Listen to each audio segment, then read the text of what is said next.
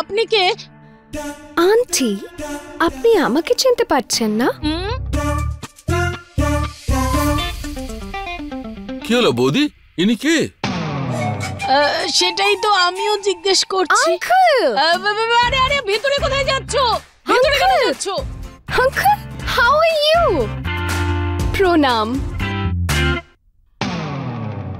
ঈশান, ও মাই god ঈশান, তোমাকে আমি কত বছর বাদে দেখলাম, আর এখনো তোমাকে একদম একই রকম দেখতে। তোমরা কি ওকে চেনো? না।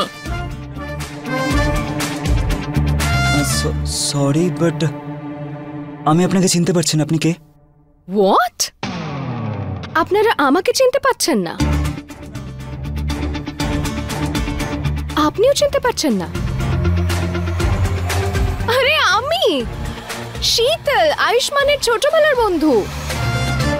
খুবই ভাগ্যবান আমি যে আমার জীবনে গয়না এসেছে, আর তোমাকে ধন্যবাদ যে তুমি এত খারাপ মা হয়েছো আর আমার সঙ্গে এত খারাপ ব্যবহার করেছো।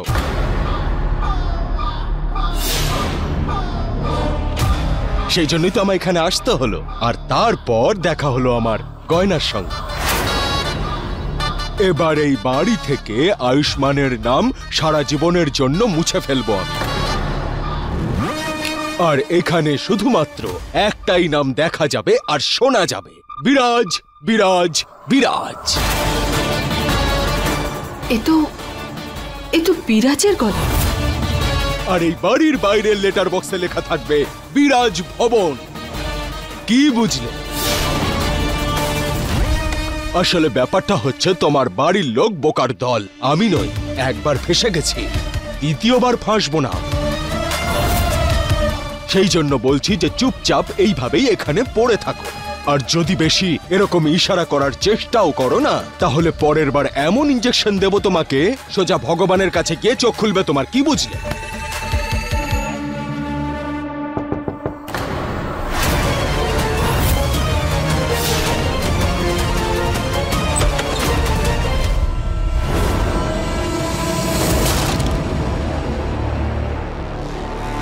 আরে কি করছো তুমি ঈশাব?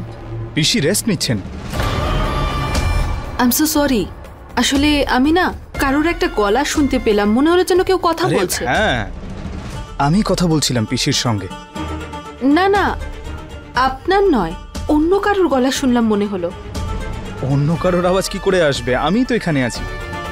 তুমি কার আওয়াজ শুনতে পাচ্ছিলে? টেনশনে আমি উল্টো পাল্টা শুনছিলাম বোধহয়। সবার গলা শুনেই মনে হচ্ছে যেন বিরাজের গলা। না, কারণ নয়, পিসিমা রেস্ট নিচ্ছেন।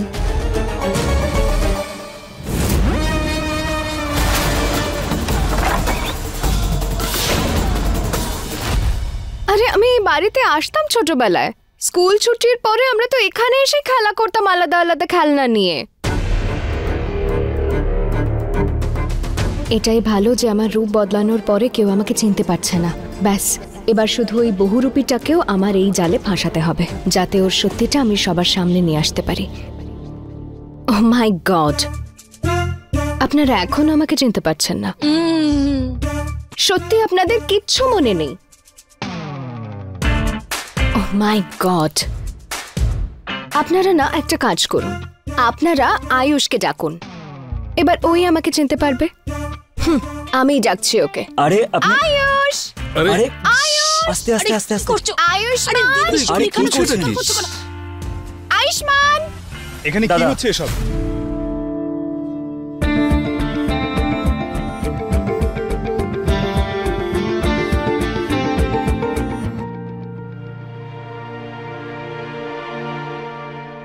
ওহ মাই গড আয়ুষ, কত বছর পর আমাদের দেখা হলো, ক্রেজি। কিন্তু এনারা আমাকে তো চিনতেই পারছেন না। এবার তুমি এদের বলো আমি কে। কে তুমি? আয়ুষ্মান ওকে চিনতে পারছে না, দেখো কি বলে। What what seriously? তুমি আমাকে চিনতে পারছো না? আরে আমি শীতল, তোমার ছোটবেলার বন্ধু শীতল। ও মাই গড, শীতল! আরে হোয়াট আ বিগ সারপ্রাইজ!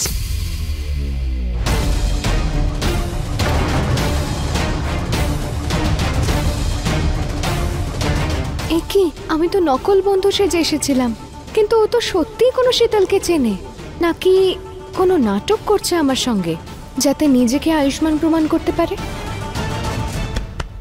আরে কেমন আছো তুমি? আচ্ছা, তোমরা হয়তো ওকে চিনতে পারছো না। আমরা 7th স্ট্যান্ডার্ড অবধি একসঙ্গেই পড়তাম, তারপরও অন্য কোনো শহরে শিফট হয়ে যায়, আর তারপর কখন আর দেখাই হয়নি। আচ্ছা, হঠাৎ তুমি এখানে ফিরে এলে? আরে একটা কাজের জন্য বেনারস এসেছিলাম, তাই ভাবলাম তোমার সঙ্গে দেখা করি। চলো ঠিক আছে, তোমার সঙ্গে আমার অনেক গল্প করার আছে, ছোটবেলার অনেক গল্প মনে করবো। হ্যাঁ চলো আমার সঙ্গে। This side? Yeah, come. Yeah. হাত ধরে ঘরের ভেতরে। আয়ুষ্মানের জন্য তো ঠিকই আছে, বাড়িতে বউ আর আগের প্রেমিকাও একসাথেই বাড়িতে আছে, এবার ছোটবেলার যে বান্ধবী সেও চলে এসেছে। হ্যাঁ, ভাববার বিষয় হলো এই মেয়েটা এখানে এসছে কেন, তাই না? এসো। ইয়া। বসো। তোমার সঙ্গে এতদিন পরে দেখা করে আমার খুব ভালো লাগছে, আর তুমি তো একদম বদলে গেছো, তোমার পুরো চেহারাই পাল্টে গেছে। তুমিও তো তোমার চেহারা পাল্টে ফেলেছো। কি? আমি বলতে চাইছিলাম যে তুমি তো কত বদলে গেছো আয়ুষ। তোমার না মজা করার স্বভাবটা এখনো গেল না। আচ্ছা, আমার কাছে হয়তো আমাদের ছোটবেলার কিছু ফটো আছে, 1 মিনিট দাঁড়াও, আমি বের করি।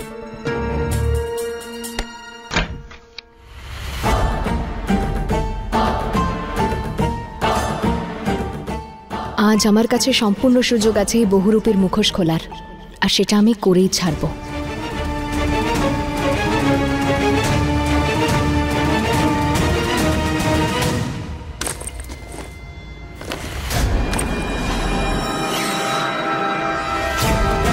এটা লিকুইড, মাস্ক সরিয়ে দেওয়ার জন্য।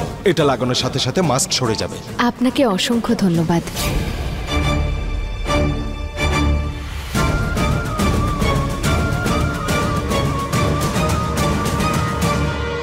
এইবার এই নাটকটা বন্ধ করি গয়না।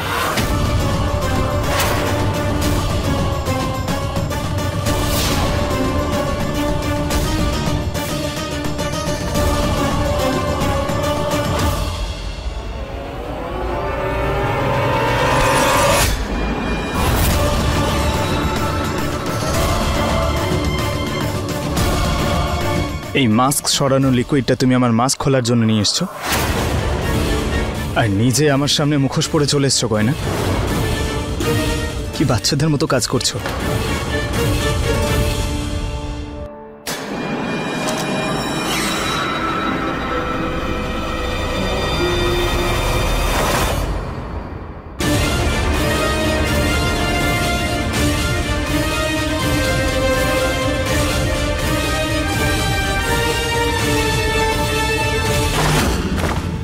গয়না, আমি তো ভেবেছিলাম তুমি খুব বুদ্ধিমতী, কিন্তু তুমি আবার সেই পুরনো পন্থায় বেছে নিলে। আরে আমি কতবার বলবো যে আমার মুখটা আসল, আমার আসল চেহারা থেকে তুমি মাস্ক কি করে খুলবে? তুমি আসল না নকল সেটা এক্ষুনি প্রমাণ হয়ে যাবে।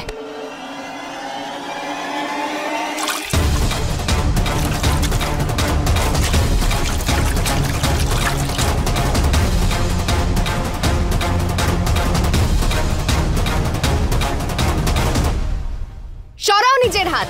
আমি বুঝতে পেরে গেছি যে তুমি আমার ডাক্তারবাবুর মুখোশ পরে আছো। বহুরূপী, সরাও নিজের হাত আর দেখাও নিজের মুখটা।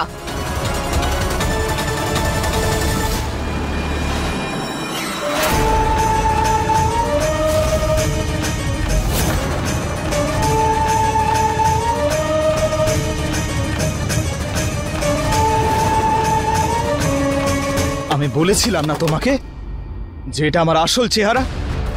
কিন্তু তবুও তুমি আমার কথা বিশ্বাস না করে আরো একটা পরীক্ষা নিয়েছো আমার। কিন্তু এখন তো আমি তোমার উপর রাগ করে করেও হাঁপিয়ে গেছি, আর তো রাগও করতে পারছি না আমি, বরং আমার দয়া হচ্ছে যে সব সত্যি, সব প্রমাণ তোমার চোখের সামনে রয়েছে, তবুও তুমি আমার কথা বিশ্বাস করছো না, এখনো আমার উপর সন্দেহ করে যাচ্ছ।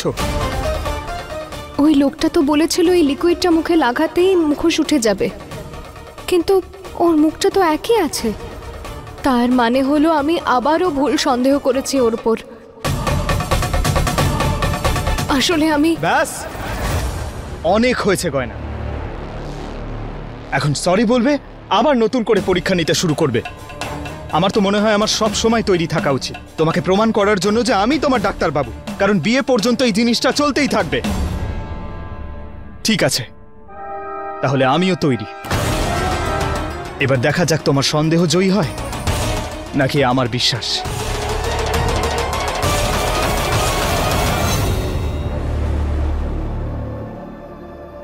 আমি আবারও ভুল করে ফেললাম। আমি রূপ বদলে নিলাম, কিন্তু তাও উনি আমাকে চিনে নিলেন যে আমি ওনার গয়না। আর এই অনুভূতি শুধু ডাক্তারবাবুই করতে পারেন। আর এবার আমি নিশ্চিত হয়ে গেলাম যে উনি কোনো মুখোশ পরে নেই। আমি জানতাম গয়না, তুমি আমার সঙ্গে ওই খেলাটা খেলে আমার উপর ওই লিকুইডটা ফেলবেই। কিন্তু আমিও খুব চালাক। এই পরীক্ষা থেকে কি করে বাঁচতে হয় সেটা আমি খুব ভালো করেই জানি। এটা লিকুইড মাস্ক সরিয়ে দেওয়ার জন্য। এটা লাগানোর সাথে সাথে মাস্ক সরে যাবে।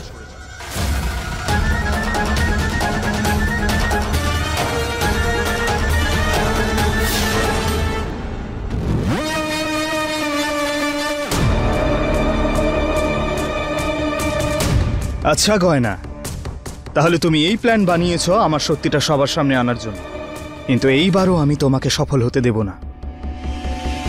তুমি মাস্ক রিমুভার লিকুইড আনিয়েছো, তার মানেটা হলো যে তুমি এই বিষয়টা বুঝতে পেরে গেছো যে আমি মাস্ক পরে রয়েছি, কিন্তু এই লিকুইডটা আমি কোনো মতেই আমার ফেসে লাগাতে দেব না তোমায়। আমার কাছে এর থেকেও ভালো প্ল্যান আছে।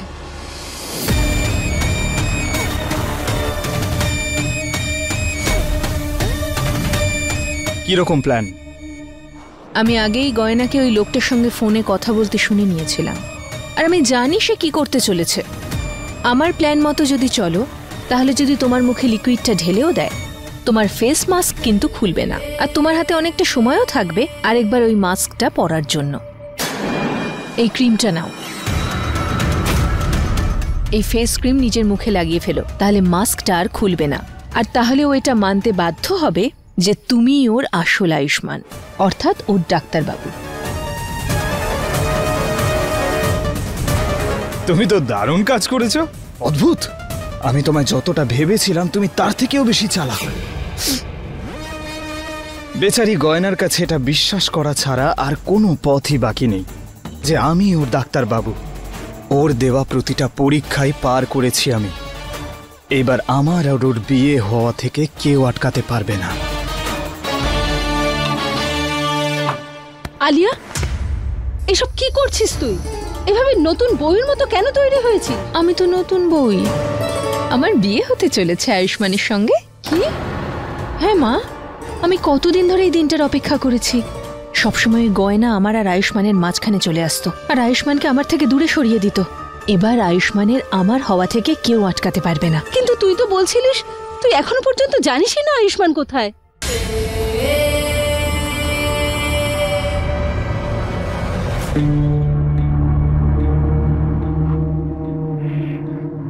আলিয়া, তুই আমাকে কোথায় নিয়ে যাচ্ছিস? এটা তো আয়ুষ্মানদের বাড়ির বেসমেন্ট মনে হচ্ছে। এখানে কি আছে? আরে মা, তুমি চলো তো আমার সঙ্গে, আমি সবকিছু বলছি, চলো।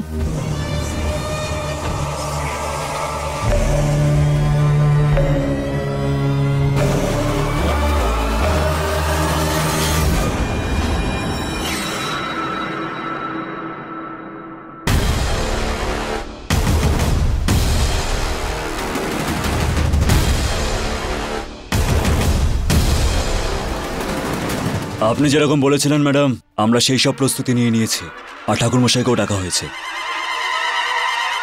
এসব কি হচ্ছে আলিয়া?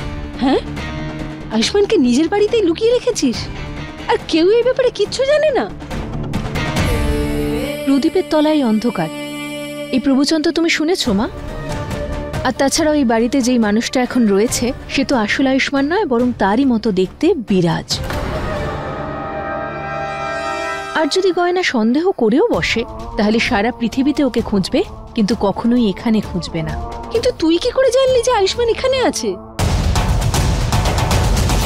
দাও। আমি তোমাকে এই জন্য সাহায্য করছি না যে আমি তোমার কোনো উপকার করতে চাই। আমি এই জন্য করছি কারণ আমি শুধু আয়ুষ্মানের ঠিকানা জানতে চাই, আর আজকের মধ্যেই ওকে আমি বিয়ে করতে চাই। আরে ঠিক আছে, তুমি যখন আমার জন্য এত কিছু করছো তাহলে আমিও তোমায় সাহায্য করব। বলে দেবো তোমাকে তোমার আয়ুষ্মান কোথায় আছে। বিরাজ আয়ুষ্মানকে এখানে লুকিয়ে রেখেছিল, আর ওরই লোকজন ওকে এখানে সামলাতো। যেহেতু সবাই পিছনের দরজা দিয়ে আসা যাওয়া করতো, তাই কেউ সন্দেহও করেনি আর কেউ জানতেও পারেনি যে আয়ুষ্মান এখানে আছে। আর তুমি দেখো, কেউ আমাদের বিয়ের ব্যাপারে জানতেও পারবে না।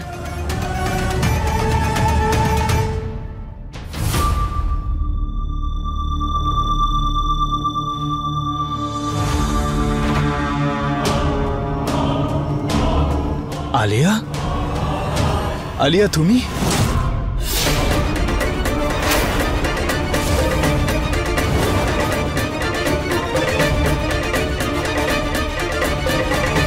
আয়ুষ্মান, আমি খুব খুশি যে তোমার জ্ঞান ফিরে এসেছে। আমরা ফাইনালি এক হয়ে যাব, আমাদের বিয়ে হতে চলেছে।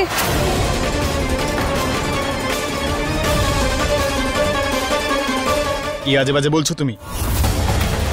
আর আমি তোমার সঙ্গে বিয়ে কেন করব? আরে তোমার তো আমাকে হেল্প করা উচিত ছিল। তোমার কোনো আইডিয়া আছে আমার বাড়িতে আমার মুখোশ পরে একজন রয়েছে? আরে আমাকে এখান থেকে মুক্ত করো, যাতে আমি আমার গয়না আর আমার পরিবারকে বাঁচাতে পারি। আমরা সবকিছু জানি ওই বহুরূপীর ব্যাপারে, আর আমরা এটাও জানি যে ও নকল আয়ুষ্মান আর তুমি আসল আয়ুষ্মান। এই জন্যই তো আলিয়া এখানে এসেছে তোমার সাথে বিয়ে করতে। অনেক কষ্ট করেছে আমার মেয়ে তোমার জন্য, আর নয়, এবার তোমাকে আলিয়াকে বিয়ে করতেই হবে। আরে তোমাদের হয়েছেটা কি? এই সব কিছু জানা সত্ত্বেও আমাকে মুক্ত না করে এখানে বিয়ের মণ্ডপ সাজাচ্ছ তোমরা। আলিয়া, একটা কথা কান খুলে শুনে রাখো, এটা কোনোদিনও হবে না। আমার বিয়ে হয়ে গেছে গয়নার সঙ্গে। গয়না আমার স্ত্রী আর ও সারা জীবন থাকবে। তোমার সঙ্গে বিয়ে আমি কোনোদিনও করব না।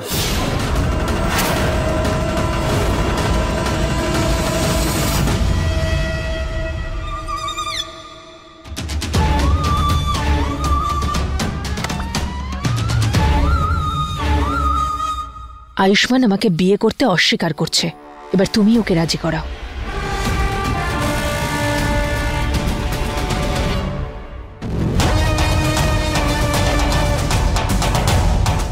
তোমরা দুজন একসঙ্গে রয়েছো?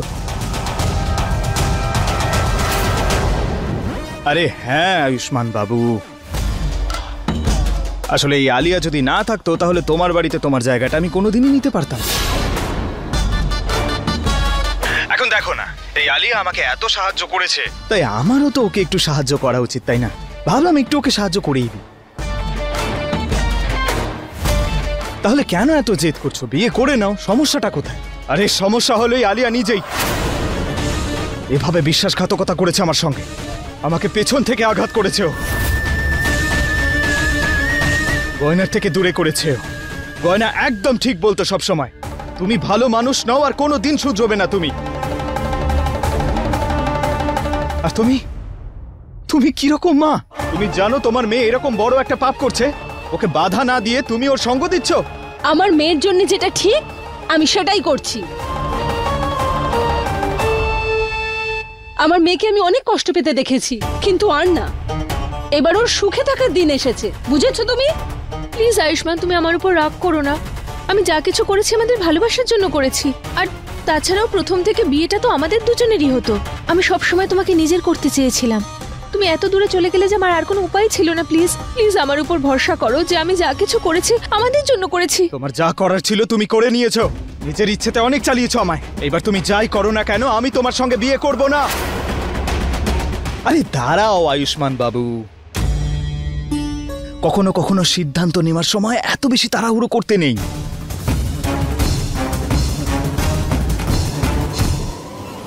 এই দেখো,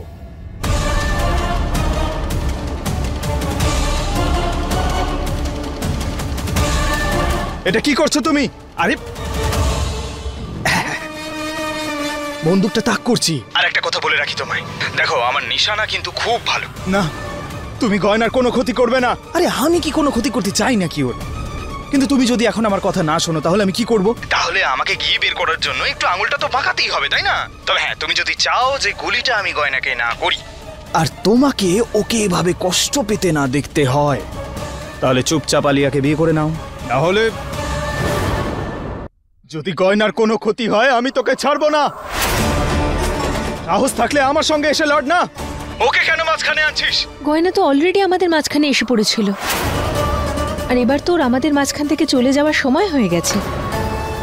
আর আমিও কোনো খুন খারাপি করতে চাই না। যদি তুমি চাও যে গয়নার কোনো ক্ষতি না হোক, তাহলে রাজি হয়ে যাও বিয়ের জন্য।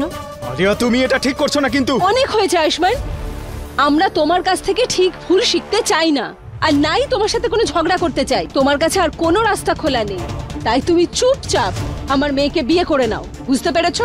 আমি কোনোদিন বিয়ে করব না ওকে, শুনেছো তোমরা? তোমার কি মাথা খারাপ হয়ে গেছে আলিয়া? আরে কি পাগলামো করছো তোমরা? আমার গয়নার যদি কিছু হয়েছে তাহলে ছাড়বো না আমি তোকে। না, ছাড়ো আমাকে, ছাড়ো। এই, বেশি তিরিং বিরিং করে লাফাস না, চুপচাপ যা, নাহলে তোর সামনেই কিন্তু গুলিটা চালিয়ে দেবো আর স্বাহা হয়ে যাবে সব। তাড়াতাড়ি চলো। চল গয়না,